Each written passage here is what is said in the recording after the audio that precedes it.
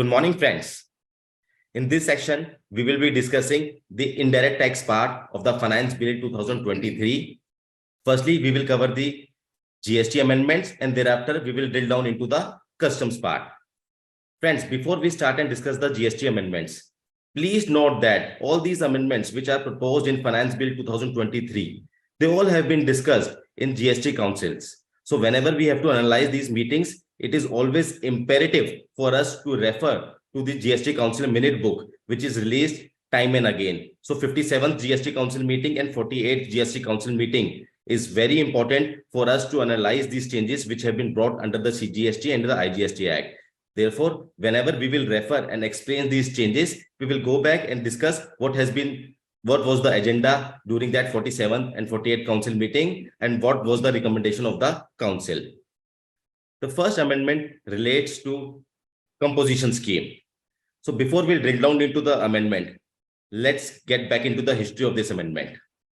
Friend, if you see 47th council minute book, page number 12, there they discuss that an unregistered person as well as a composition dealer, they are restricted to supply through e-commerce platform. They are not in a position to enjoy that threshold limit. For unregistered person, the minute book explained that if they supply offline, they get a threshold of 40 lakh rupees. Whereas if they supply through e-commerce operator, they have to take mandatory registration that does not get the benefit of this threshold limit. Similarly, for composition dealer, they are specifically restricted to supply through e-commerce operators. Therefore, there is a disparity for these unregistered people as well as composition dealers to supply offline or online. To mitigate this, they had proposed that unregistered person should be allowed to supply through e-commerce operator and get the benefit of the 40 lakh rupees threshold, as well as they proposed that a composition dealer should also be allowed to supply through e-commerce platform. And hence this amendment is there. However, and this particular, the proposal of the law committee was approved by the GST Council. And however, while approving, they specifically said that the system should be robust enough to specifically check that these unregistered person or composition dealers should not be in a position to do an interstate supply, because all these benefit is available only for interstate supply. Now, in this finance bill, they have brought amendment and for the composition dealer only. No amendment has been brought for unregistered persons. Amendment has been brought from composition dealer. Now, a composition dealer who was earlier restricted to supply goods through an electronic commerce operator, that restriction is removed. If we see the striked part, he is not engaged in making any supply of goods or services. So the goods part has been deleted. The restriction is applicable only on supply of services through an electronic platform. A composition dealer now is in a position to supply interstate supplies through economic commerce operator. So the impact of this is a welcome amendment for which composition taxpayer can make interstate supply of goods through ECOs. Similar amendment was proposed for unregistered supplier in 47th council meeting. However, due to lack of preparedness on the GST portal, the same has not been implemented till now. Moving on to the second amendment, and a very important amendment. An amendment has been brought in section 16. There is a specific proviso which provides that if you don't make payment to the supplier within 180 days, then you have to reverse the credit along with interest. So that is a provision. So the way earlier provision was drafted, let me read that provision. Provided further that where a recipient fails to pay to the supplier of goods or services or both, other than the supplies on which tax is payable on reverse charge basis, the amount towards the value of such supply along with tax payable thereon within a period of 180 days from the date of issue of invoice, an amount equal to the ITC availed by the recipient shall be added to his output tax liability along with interest thereon. So the law, the way it was worded, it said that if you don't make payment within 180 days, then your GST ITC amount will be added to your output tax liability and you have to discharge that. And we had rule 37 also for this. So this provision was based on the earlier original return filing concept of GSTR 123. If you recall, when GSTR 123 was introduced, then there was a specific table in GSTR 2 wherein this the implementation of this section was through GSTR2. If you don't make payment within 180 days, there was a specific table in GSTR2 wherein you have to give the details of those transactions, and the same would have been added to your output tax liability. So this was the mechanism which was conceptualized. However, GSTR 123 was never implemented in India, and what was implemented was only GSTR 3B. Accordingly, we used to do all these reversals through 3B. Now what they have done is that they have amended this specific act and specifically written that this amount has to be paid by him along with the interest payable under section 50 in such manner as may be prescribed. If you see on your right hand side, this added to his output tax liability is deleted and it will be paid by him along with the interest payable under section 50 in a manner as may be prescribed. Friend, if you recall, from 1st October 2022, the corresponding CGST rule for this section, Rule 37A, has also been amended, wherein they have specifically mentioned that this reversal has to be undertaken through GSTR 3B. So the rule has got amended, Rule 37 has got amended, wherein they have specifically said that this will not be added to your output tax liability. In the rule, it was said it will be added to your GSTR 2, whereas they have amended it from 1st October 2022 to say that the same has to be reversed to GSTR 3B. Now, they have made amendment in the Act also. In the Act, they have deleted this, that this will be updated to your output tax liability. Now they are simply saying that this has to be paid as per the manner prescribed, and the manner prescribed is Rule 37, which says that it has to be amended. So it has to be paid through GSTR 3B. See, if we see technically all these changes, whether in the Act or in Rule 37, etc., all these changes which have been proposed, the concept is to align all these changes with the current return filing mechanism, that is GSTR 1 and GSTR 3B. But please note, all these changes are prospective. Rule which got amended, that was prospective from 1st October 2022. This particular section which is getting amended, again, it will be implemented and it will be effective from the date of enactment of the finance bill. It is not a retrospective amendment.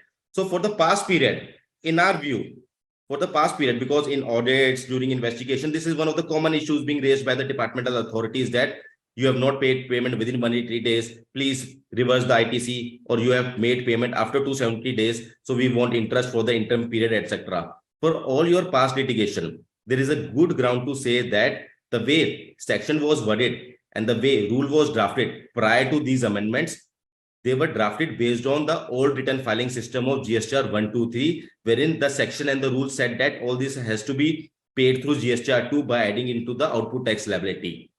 Since that mechanism was not implemented in India, accordingly, this proviso read with Rule 37 cannot be deemed to be implemented in India, and hence there is no need for reversal of on account of non-payment to vendors within 180 days. So that's a food for thought. That's a litigative argument which is available for the past period, because the way section and rule was drafted, that was based on the old return filing system, never implemented in India. Now all the anomaly has been corrected. They have redrafted Rule 37. They have made amendment in section 16 also, specifying that the such amount has to be paid in the manner as may be prescribed. So for the past period, to our mind, this argument is possible that section along with rule was not properly drafted and cannot be implemented in the absence of the machinery provision to implement it. So that's the food for thought. Moving on to another important amendment in section 17. Friends, section 17 deals with apportionment of credit. See, basically, if you are engaged in providing taxable supply as well as exempt supply, so to the extent credit pertains to taxable supply, you can avail fully. To the extent it pertains to exempt supply, no credit available, and common credit you have to reverse based on the turnover mechanism. Now, in section 17, subsection 3, there is an explanation which says that you don't have to, like, for the purpose of this reversals, this value of exempt supply shall not include activities which is specified in Schedule 3. So Schedule 3 specifically covers various activities like high sea sale, etc., wherein no tax is leviable because it is neither treated as sale of supply of goods nor treated as supply of services. So no output tax is leviable. But there was always a question that since Schedule 3 activities, no tax is leviable, do we have to reverse the credit which pertains to Schedule 3 transaction? There is a specific explanation. No credit reversal required, because for the purpose of this subsection, the expression value of exempt supply shall not include activities specified in Schedule 3. So Schedule 3 transaction, no reversal is required. But there are two exceptions to it. The first exception was already there. That is transaction covered under paragraph 5, basically sale of land, sale of building, etc., wherein that is treated as exempt supply for the purpose of reversal. Another transaction which they have added in this Finance Bill 2023 is, let me read, the value of such supplies or transactions as may be prescribed in respect of clause A of paragraph 8 of the said schedule. So they specifically said that value of such transactions or activities which are prescribed in terms of paragraph 8A of the said schedule, that will be treated as exempt supply for the purpose of reversal. And when we talk about paragraph 8A deals with those transactions which are from bonded warehouse. So whenever like we sell goods from bonded warehouse, there is no GST on it. So this is the transaction which is specified under paragraph 8A. See, if you actually look at the wordings of this amendment, this is very important. It says value of such activities or transactions as may be prescribed in respect of clause A. So paragraph 8A may cover various types of transactions. There can be various types of transaction of sale from bonded warehouse. All those transactions will not be treated as exempt supply. It is only those transactions which they will specify that this is the activity, this is the transaction that will be treated, which is covered under paragraph 8A, that will be the treated as exempt supply for the purpose of reversal. And what is that transaction? For which we will go back to the reason behind this amendment. If this is the extract from the minute book of 47th GST Council meeting at page number 24. Friends, duty-free shops. There was a discussion on duty-free shops. Duty-free shops supplies goods to the international passenger as well as arrival passengers. For the international passengers, the GST Council recommended that these should be treated as zero-rated supply, and accordingly, there will be no need for reversal of credit, and refund will be available. That is for supply by duty-free shop to international passenger. Similarly, they have recommended for arrival passenger. If we see the last bullet, last two bullets, what the law committee has recommended. For future, there is a need. Let me read. There is a need to exclude refund in respect of ITC on input services pertaining to duty-free shops at arrival terminal by amending explanation to subsection 3 of section 17 by including certain transactions under paragraph 8A.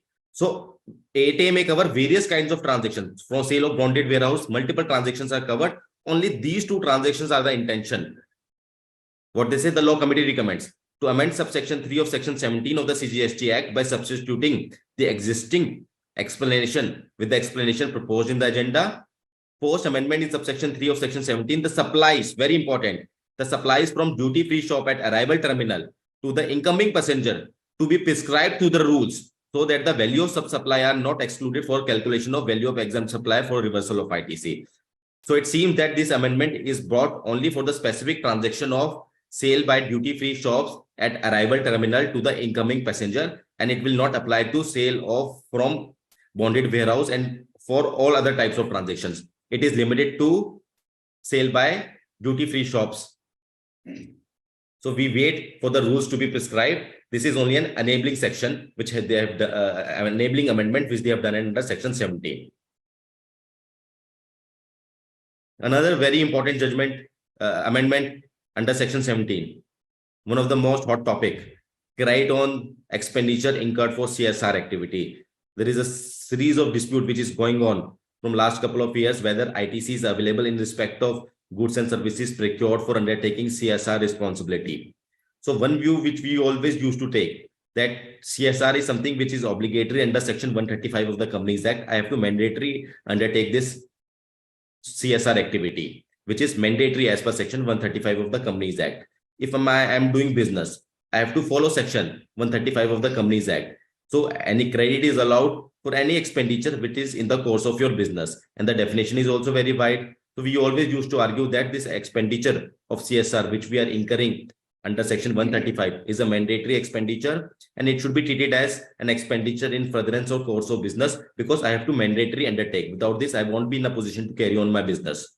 So it is an expenditure incurred in the course of business, and I should be eligible to take the credit until and unless I am specifically excluded under section 17.5 negative list. There are series of judgments also. Various advanced rulings have come in tribunal like SL Propex. Favorable judgments also have come, but department at ground level have always denied the benefit of credit on CSR activities. Now they have made it amply clear for the future period. What they have said that they have inserted clause 5A under section 17(5). It read as goods or services or both received by a taxable person which are used or intended to be used for activities relating to his obligation under CSR referred to in section 135 of the Companies Act. I think that the ITC has been now disallowed on goods and services used for the purpose of CSR activity. The law is amply clear, but most important point to be noted is that this amendment again is prospective and it is not retrospective. This is not retrospective. It is not a kind of a retrospective explanation, etc., which is added. This is a condition which is imposed for the first time. This is the restriction which is imposed for the first time. And now it clearly says that grade will not be available and this will be effective from the date of enactment of the finance bill. But what about the past period? To my mind, for the past period, we can still contend that ITC is available. In fact, this amendment being prospective gives us more grounds to contend that the intention to restrict has come from today and not earlier. Earlier, all these expenditure were in the course of business only, and hence credit should be eligible. For the past period, we can still contend, we can still fight, but post this amendment, credit will not be eligible. And important friends, whenever we say that this is a prospective amendment, this is not a retrospective amendment, etc. Whenever you read finance bill, now legislature in its wisdom has decided which amendment has to be made prospective, which has to be made retrospective. Even in this finance bill 2023, the next amendment which we will discuss, this is a retrospective amendment from 1st July 2017. So wherever the intent and the intent of the legislature was to make certain amendment retrospective, they have done it, like for this particular next amendment which we will discuss. So this is a prospective amendment only, and accordingly for past period it cannot be applied. This is a very important amendment which has come up. Before we discuss the implication of this amendment, let me give you a case study, a live example, and what was the current situation, which was happening. Say there is a company which is dealing only in exempted goods. Now they receive a GTA service. Since they are dealing in exempted goods, they were not required to take registration.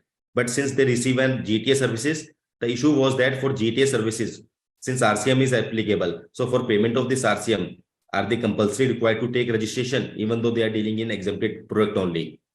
Section 22, 23, 24 are the relevant sections for the purpose of this case study. Section 22 deals with registration. It says that a taxable person whose threshold is beyond a certain limit, he has to take registration. That is section 22.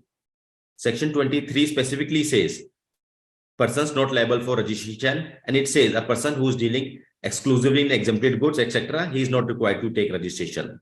And then we had section 24. 24 said, the way 24 is drafted, it says 24 says notwithstanding anything contained in section 22 only. It does not talk about 23. It says notwithstanding anything contained in section 22, a person is not required to take registration. A person is compulsory required to undertake registration if he is doing various activities, say making interstate supply or availing RCM services, etc. So for RCM under section 24, there is a compulsory registration, as section 24 only overrided section 22. Therefore, all those people who were engaged exclusively in exempt supplies, they were required to take registration for RCM related activities, say they are availing import or service or they are availing GTA services, etc. Now they have made amendment in section 23, and what they have done, they have added the first line basically, notwithstanding anything to the contrary contained in subsection 1 of section 22 or section 24. Now section 23 has given an overriding effect over section 22(1) and section 24. Now section 23 says, notwithstanding whatever is contained in section 22 or 24, if a person is dealing in exempted goods and services, he is not required to take registration. So today, and this is a retrospective amendment. So if you are say manufacturer of electricity, you supply power, exempted product, no registration required. Even if you are availing RCM services on which RCM is applicable, like GTA, etc. So this is a very important amendment. And it will give relief to various people and taxpayers who are exclusively dealing in exempted services, but they were required to take registration. I know various schools, etc., exempted services, but required to take registration because of some RCM liability on account of GTA service, sponsorship service, etc. This is a big relief to the entire industry. A very welcome amendment. Now, with this, I will hand over the session to Geetika for taking the future amendment, other amendments. Thank you, Tushar. You have very, aptly touched upon all the major amendments which are applicable to industry at large. Some may be very industry specific, some may be general. From here, I'll take forward with the other amendments which have been brought in the GST Act, and I'll also touch upon two major amendments which have been made in the IGST Act. To start with the next amendment, there has been, we have been filing monthly returns, your annual returns and your TCS returns. There has been no restriction as on date on the upper limit of filing these returns. Now, what the government has decided is that we cannot let people endlessly file the returns. So they have put in a cutoff period of 3 years. This amendment has been brought in specifically 4 sections, section 37, 39, 44, and 52, which covers your normal GSTR 1 return outward supply, GSTR 3B, where you take the ITCs and you pay the taxes, then your annual return and the TCS returns. Similar amendment has not come with respect to the TDS returns or any other kind of other returns or a composition dealer sort of a returns. So only these 4 returns, they have restricted a cutoff date beyond which any taxpayer will not be allowed to file the returns. Yes, a doubt would come that if they don't allow us to file the return and if someone wants to pay the taxes, I believe they'll bring up some mechanism to make the payment of taxes in case there is any non-payment. But a particular return which is covered under these specific sections, these will not be allowed to be filed. This appears only to put up a cutoff date because there were endless filing of returns. People are still, filing returns with respect to 2017-18. Just to, curtail this kind of a practice, this particular amendment has been brought in. Then there is some, cosmetic change, I would say hygiene change that have been made in the refund provision, because refund provision was worded in a way where they'll be providing the provisional refunds, and there was some language relating to provisionally accepted ITC. We all know with effect from January 2022, the concept of provisional ITC has been done away. I think this is nothing but just to, streamline all the amendment with respect to the corresponding amendments which have been made in the law. Just a hygiene check on the language of the law. Nothing changes as of now because the refund provision with respect to any activity which was falling under section 54 continues to remain the same. Again, with respect to calculation of interest on delayed refunds, initially the language was only restricted in a manner that the refund will be provided from the date of receipt of application under the said subsection till the date of refund of such time. But there was a lot of anomaly that how this has to be calculated. So now, because of a lot of disputes, we know that it's not a normal situation that any time a refund can be simply granted. It may go into appeal, it may go into dispute. So there was I would say, misunderstanding or a lack of understanding in the concept of that how do we calculate the period of the refund, delay of giving the refund if certain these kind of events happen.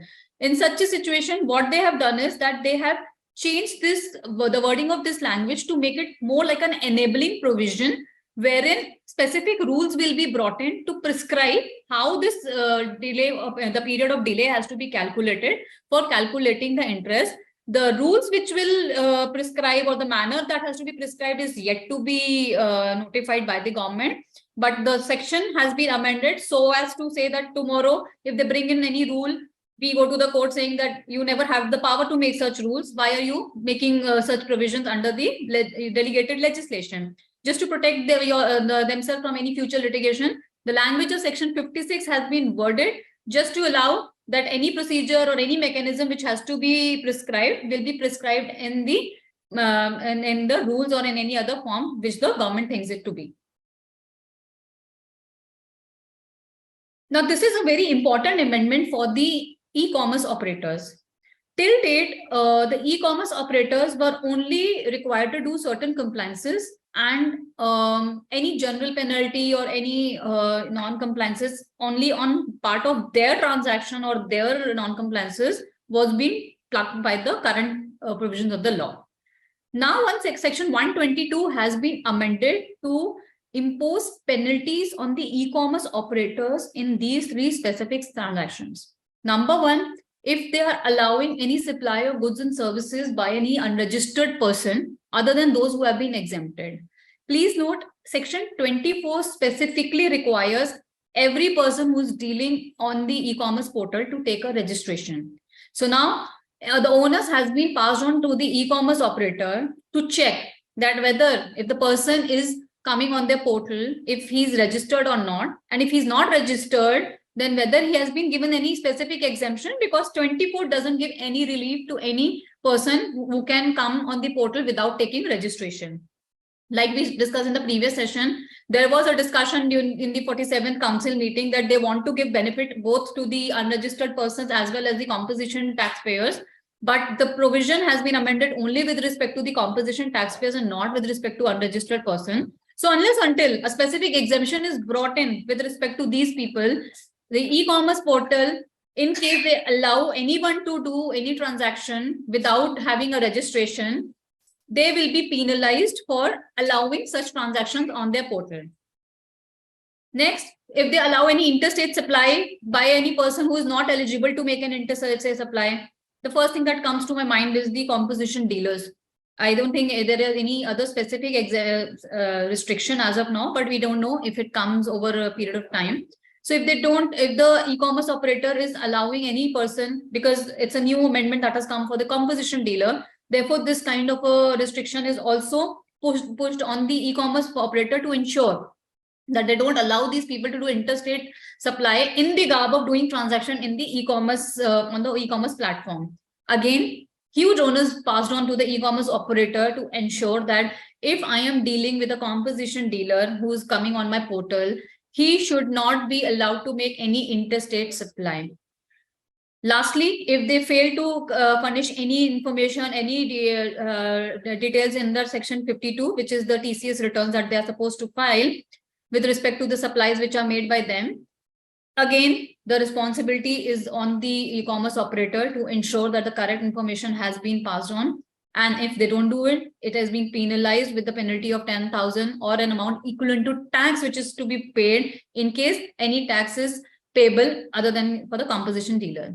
So all in all, if you see, a huge onus has been placed on the e-commerce operator, because as on date, what they were required to do was only to ensure that the information that is being or any transaction that is being done on their portal, they were supposed to only collect the TCS amount wherever it was applicable and deposit it to the government.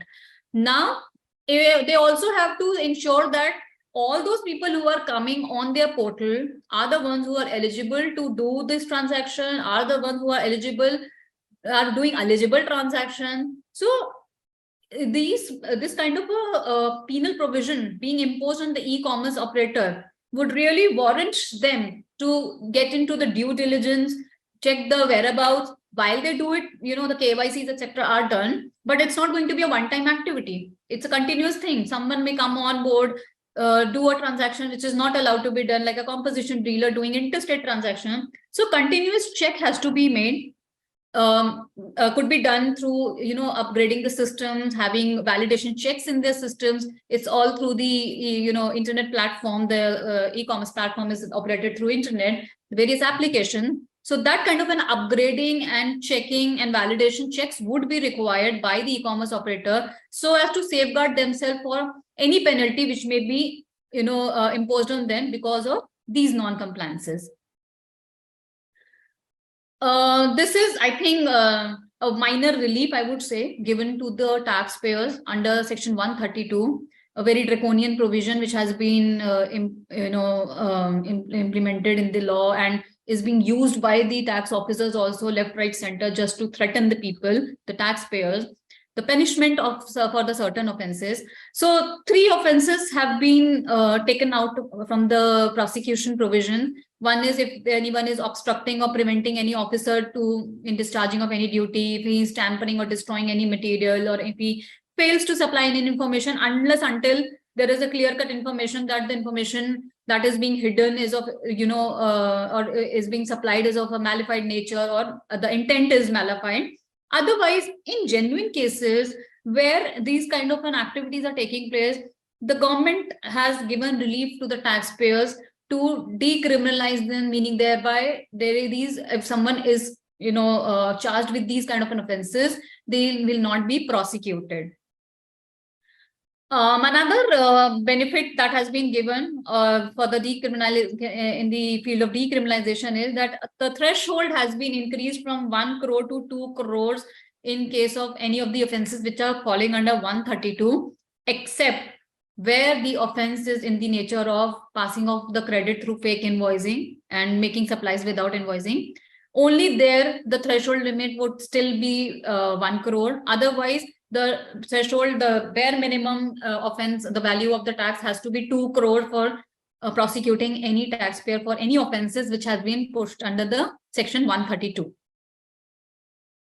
Then there are certain changes made in the compounding of offenses. Some offenses have been deleted, added. I'll not take much of your time on this because this is rarely used provision. Just to have a touch upon that, few offenses that were allowed to be compounded are no more allowed now, and the slab, the tax, compounding tax that was allowed to be paid, has the value has been reduced from 50% to 150% range. That range has been reduced to 25% to 100% of the tax amount. This is like someone is, if he's going to compound for an offense, this was the amount that he could have, minimum and the maximum amount that he would have paid and get out of the criminal proceedings.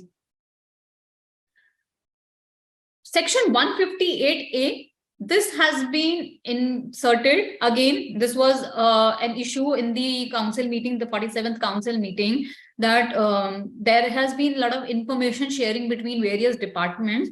So just to safeguard themselves from being this kind of an activity being challenged before any court, there has been a proper procedure which has been prescribed in the section has been enabled, that the tax officers can share the information which is coming on the common portal, which can be shared with the other tax authorities or various other authorities as per the procedure that has been prescribed. This is more from the department's perspective, maybe not directly impacting the taxpayers.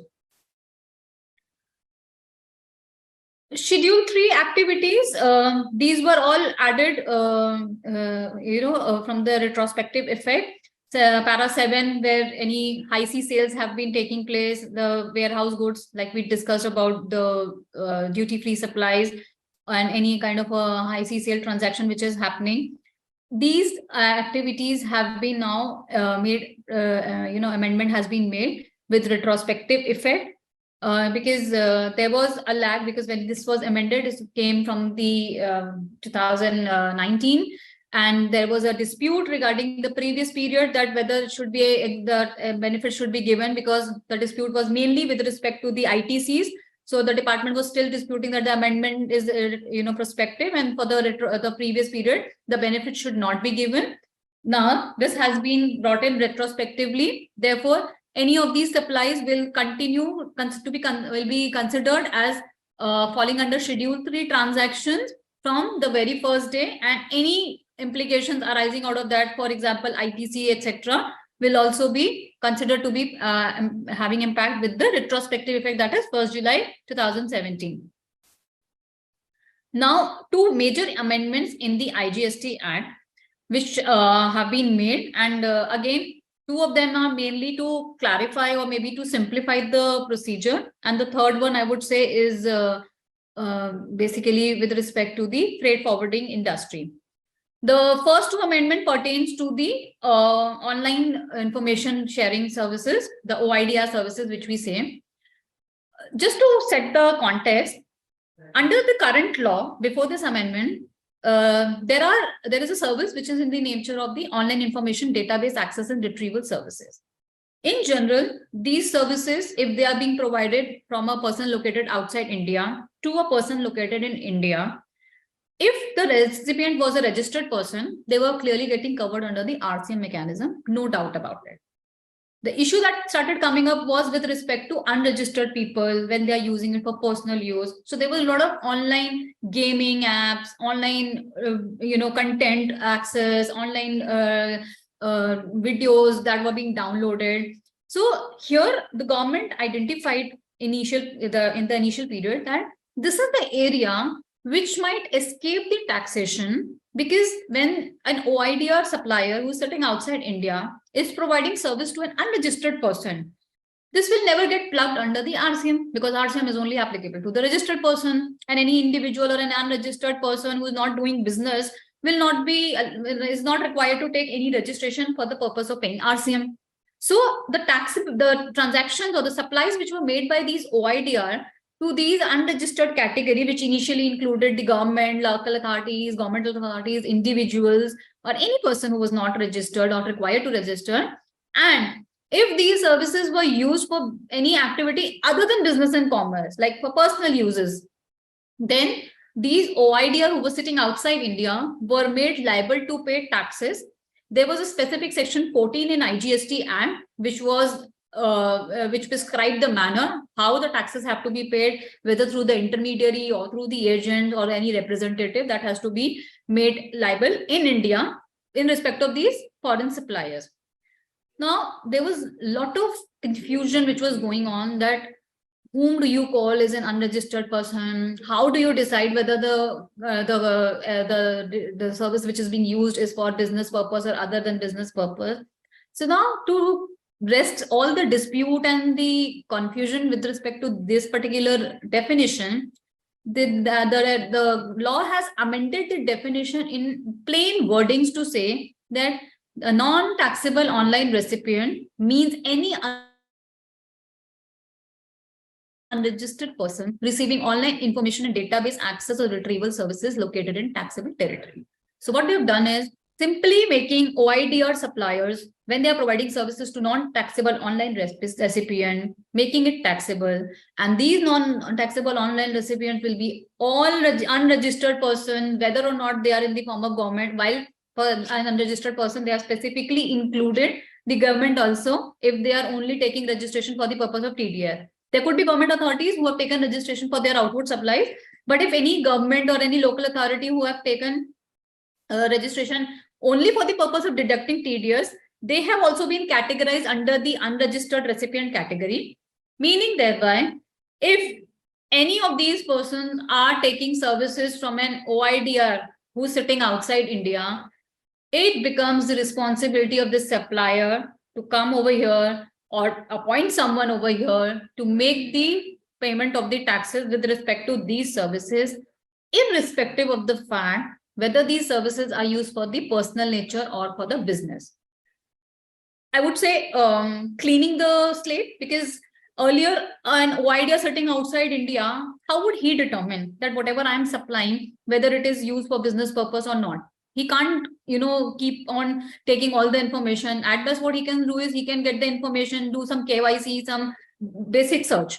But ultimate usage is not in his control. So again, people were escaping that we gave a content. How do we know that it is a business content or not? This is an unregistered person. So we assume that he is not registered. He is not doing any business.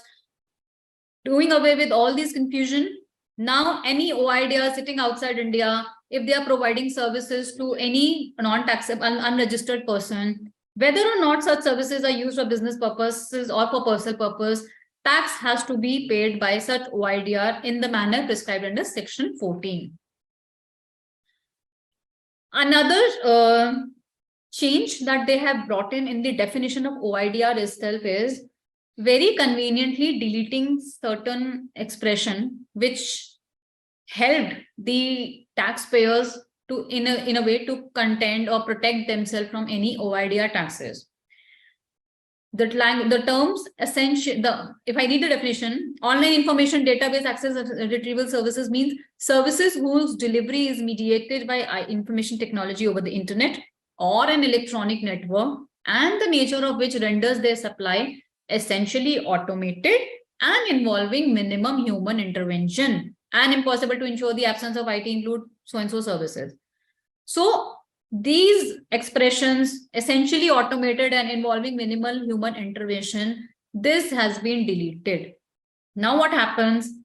This will expand the scope of the OIDR services which as on date, anyone would have argued that if any service which is being delivered through an online medium, if it is having some substantial human intervention, classic example is of doing online coaching trainings.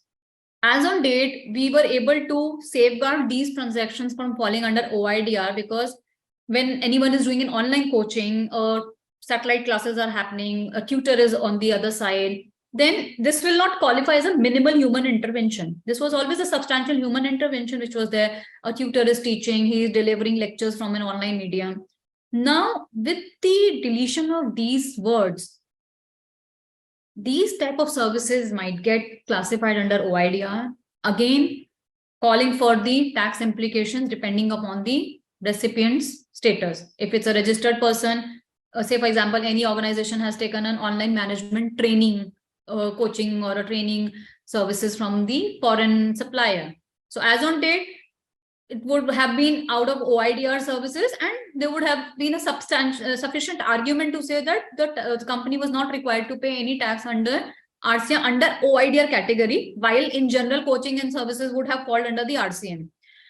And from the OIDR perspective, they would, if they were doing it for any unregistered person, they would have simply said that this is not falling under the OIDR category, therefore no one is required to pay the taxes. With deletion of these clauses, huge impact on this industry, that whether or not the services are automated, whether or not it involves any kind of a human intervention, any service which is coming over the online medium will fall under OIDR, and the implications would be followed. Again, the amendments are prospective, so anything which is prior to the enactment of this particular clause of the bill would still fall under the same category as we have been interpreting in the current set of the provisions of the law. Now, this is another major amendment for the freight industry and also for the people who are dealing in the export of the good. Earlier, Section 12, which was applicable when both the supplier and recipients were within India, but they were taking the transportation services and the goods were going outside India. So this service, in this particular case, the place of supply of this service in general, while the general rule was it should be the location of the registered person, the same was made as a destination based place of supply if the goods were going outside India. We would have seen that in December, we got some circular also with respect to the clarification. There was a lot of dispute regarding the ITC, because when I am exporting any goods, the destination of goods will be outside India. So as a supplier, the transporter would have charged IGST. If a recipient is a registered recipient company and they are making export, it's their goods which is being exported.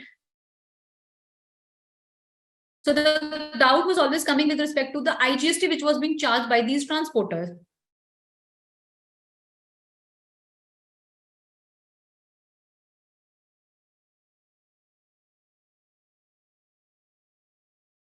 Credit matching the credits, these transactions were not coming under the eligible category in 2B. Therefore, in such a situation, what was happening? The taxpayers were being denied the credits. The department was raising disputes on these credits, and of course the taxpayer was also apprehensive of taking such credit which was not coming under the eligible category in 2B, and of course if they take it, leading to the disputes by the department. Therefore, we got a circular in December clarifying that in such a situation, even if there is an IGST, the recipients, the registered recipients would be entitled to take the credits.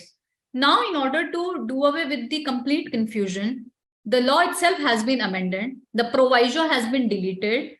Straight away, if you are providing any transportation services to any registered person, whether or not the goods are in India or outside India, and your recipient is in India, it will be the location of the registered person. Nothing, just to allow the free flow of the credits to the taxpayers, and aligning it with the clarification given by the circular. Now, quickly touching upon on the customs changes, because changes are widely with respect to the rate, and it will be difficult to take up all the rate changes, and yes, of course, may not be relevant for everyone. So I'll just touch upon the major part of the changes that has happened under the customs law. One change has happened under section 25(4)(a). This is with respect to a sunset clause, I would say, or an expiry period which was given with respect to conditional exemptions. Certain notifications has been excluded from this expiry clause, and they can continue with the respective notification dates. Therefore, just a relief to these particular kind of a transactions. Lot of rate rationalization has happened. Again, promoting to the Make in India scheme that has always been the thought process of the PM of the country, that we want to promote the manufacturing in India. Therefore, a lot of duties have been increased on the products which were being imported. Relaxations have been given with respect to raw materials and the parts which will be required for making, so for example, mobile phones, television, etc. Certain changes in respect of the exemption notification, exemptions have been, the period of exemption has been extended from 1 year to 5 years, etc. So without getting into very specific, just to give you a glimpse that someone who is dealing in certain import and export goods need to just, brush through these notifications to figure out that if any of the rate has been changed with respect to their goods. Major changes happening in the precious metal sector, the gold, silver rates being increased, chemical, electronic goods, again, somewhere it's a reduction, somewhere it's an increase in rate, automobile sector, etc. have been given certain exemption to promote the e-vehicles, and of course, various capital goods for, generating the for making of the batteries, etc. for the e-vehicle segment. So not getting into the specific, another benefit that has been given to the CNG sector, the excise exemption has been given in case of blended compressed natural gas, very relevant to the power sector. You may look into the specific notifications and figure out that any of your goods are falling under any of these notifications where any exemption has been granted, withdrawn, or any rate change has happened. With this, I would want to conclude the session with respect to IDT. Thank you so much.